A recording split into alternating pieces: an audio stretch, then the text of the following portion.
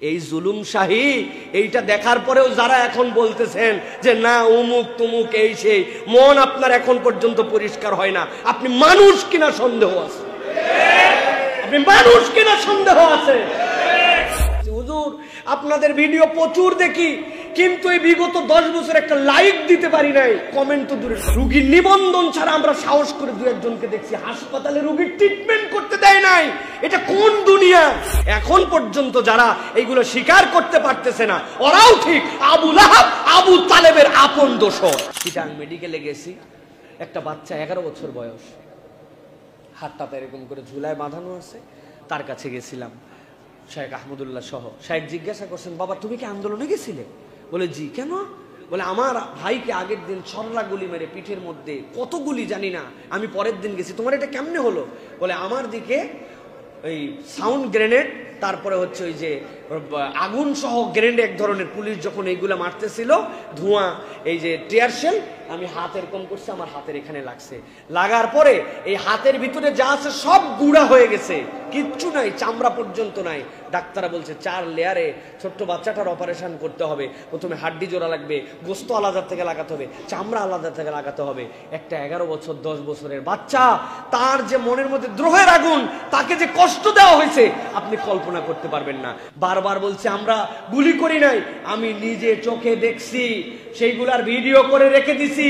পায়ের মধ্যে এমন গুলি করছে, এমন রেঞ্জ থেকে গুলি করছে যে পায়ের এই হাড্ডিটা এত মজবুত হাড্ডি, কিন্তু হাড্ডি পর্যন্ত ভেদ করে ভাঙতে পারে না, এপার থেকে ওপার বের হয়ে 5টা গুলি লেগে চলে গেছে। গুলি করেন নাই, 5টা গুলি এখানে কেমন করে লাগলো? একজন লোক এত শুকনা, পেটটা তার এখান থেকে এই পর্যন্ত চিরা, শুয়ে আছে, আমাদেরকে দেখে হাউমাউ করে কেঁদে দিছে। আপনার সরকার কর্তৃক নির্ধারিত যে ট্রিটমেন্ট ফি সেগুলি চলবে, কিন্তু আসন্না ফাউন্ডেশন আপনি আগে খরচ করছেন, পরিবার মেনটেনের জন্য যে কষ্ট হচ্ছে, ওইটার জন্য 50,000 টাকা দেওয়া হয়েছে।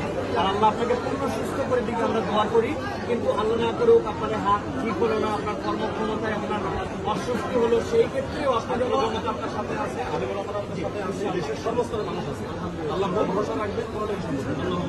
ভাই তুমি কি করতে? বলে হুজুর আমি কাঠ মিস্ত্রি। তো তুমি কেন এখানে গেছো? বলে হুজুর আমাদেরকে ধাবরায়া বাইতুল ফালা মসজিদের সামনে থেকে এক গলির মধ্যে ঢুকাইছে, ঢুকানোর পরে ওপেন গুলি করতেছে, সবাই পালাচ্ছে। আমি চলেই গেছিলাম, পরে খেয়াল করে দেখি একজন বৃদ্ধা মহিলা, সম্ভবত ভিক্ষুক, জুমার নামাজের পরে ভিক্ষা করে, হুজুর ওই ভিক্ষুকটা উপর হয়ে পড়ে গেছে। আমি চিন্তা করলাম আমি এত স্বার্থপর হব যে আমি চলে যাব আর আমার এই চাচিটা পড়ে থাকবে? হুজুর আমি আমার জন্য আসি নাই, ঘুরে আবার ওই বৃদ্ধা মহিলাকে তুলতে আসছি। ওই তুলতে আসার সময় আমাকে গুলি করছে, একটা গুলি নাভিতে ঢুকে একটা কলিজা ভেদ করে গেছে, আর একটা গুলি নিচ দিয়ে নেমে তার মলদার ফুটা করে গেছে। এখন মলদারটা পিছন দিয়ে বের করে রাখছে, আর কলিজাটা কেটে ওই জায়গাতে ফেলে দিছে। মেরুদণ্ডের মধ্যে গুলি আটকাই গেছে, ওই গুলি বের করছে। চিরজীবনের জন্য একটা কাঠ মিস্ত্রি পঙ্গু হয়ে গেছে। আপনি বলছেন আমি জনগণকে গুলি করি নাই, কি কারণে গুলি করলেন? কি কারণে জুলুম করলেন? আল্লাহ রাব্বুল আলামিন জানাচ্ছেন হাবিবকে দিয়ে, একটা বিড়ালকে তুমি অন্যায়ভাবে খেতে না দেওয়ার কারণে এই পরিণতি যদি তোমার হয়, তাহলে এইগুলা কাজ যারা করছে তাদের পরিণতি কি? একটা কথা বানায় বলতেছি না, সবগুলোর এভিডেন্স আমার ফোনের মধ্যে আছে সবগুলা।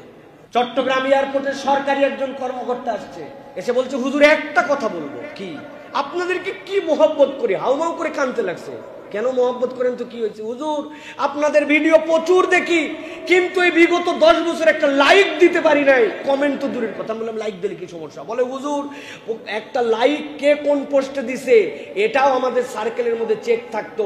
এই ইসলামপন্থীদের এই বক্তব্যে তুই লাইক দিলি কেন? তার মানে তুই ওই দলের। একটা লাইক দেওয়ার ক্ষমতা ছিল না। আজকে আমি অন্তত আপনার সামনে কথা বলতে পারতেছি। এই জুলুম শাহী এইটা দেখার পরেও যারা এখন বলতেছেন যে না উমুক তুমুক এই সেই, মন আপনার এখন পর্যন্ত পরিষ্কার হয় না। আপনি মানুষ কিনা সন্দেহ আছে, আপনি মানুষ কিনা সন্দেহ আছে। কালকে ডাক্তারের সাথে দেখা হয়েছে নিটোরের, নাম বলে দিতে পারবো, বললাম না। নিটোরের ডাক্তার বলতেছে সাইফুল্লাহ ভাই, এক লোক নামাজ পড়ে, আমরা নামাজ পড়তে দেরি করলে সে নামাজ দেরি করে না। মিথ্যা কথাও বলতে দেখি না, লোকজনের সাথে আচরণ ভালো। কিন্তু আমি এই 5 তারিখের পরে তাকে যাই ধরছি।